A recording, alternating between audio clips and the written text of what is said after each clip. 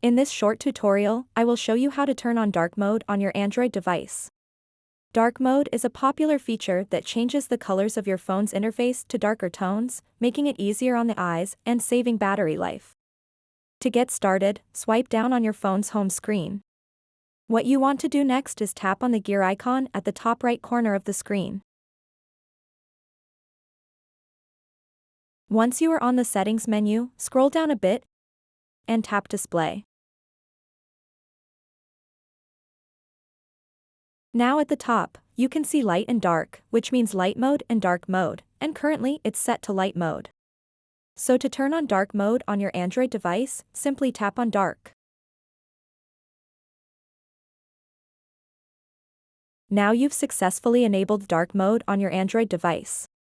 You also have dark mode settings where you can tweak the dark mode to your preferences. Once you've enabled dark mode, you will notice that all system apps and many third-party apps will adopt a dark color scheme. This includes settings menus, notifications, and even some websites when using certain browsers.